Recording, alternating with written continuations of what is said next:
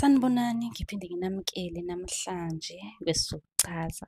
Bengicela-ke bakithi ukuthi uma ukuthi-ke usanda kufika kule channel, ngiyazi khona bathi ngiyalanda but ngiyazi kusuke kunabantu abasha abangenayo. Kube ukuthi uya-subscribe la ku-YouTube, kuno-subscribe, uyayishera kwi-link kubantu ohleli nabo, ucele be-subscribe. Uma uyibuka ku-TikTok, sicela ukuthi-ke ufollowe, ucomment ukuthi wena ufisa sikuchazele lithini, ngoba njalo siyachaza.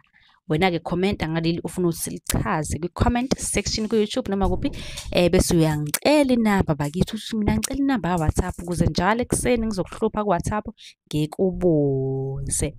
Ngizoqala-ke ngichaze ukuthi-ke lo obuzile ezothola impendulo ubuze ukuthini. Khona obuzile la uthi mina ngiphuphe ngibuza, ukuphupha ubuza.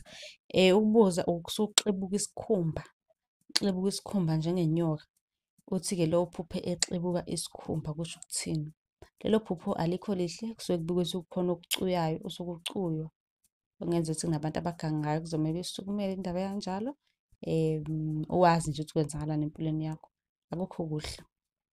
Bengicela-ke nawe uma unombuzo ubuze kwi-comment, ungakhohlwa uku-subscribe, usifollowe yonke indawo naku-Facebook, sichaza amaphupho 2.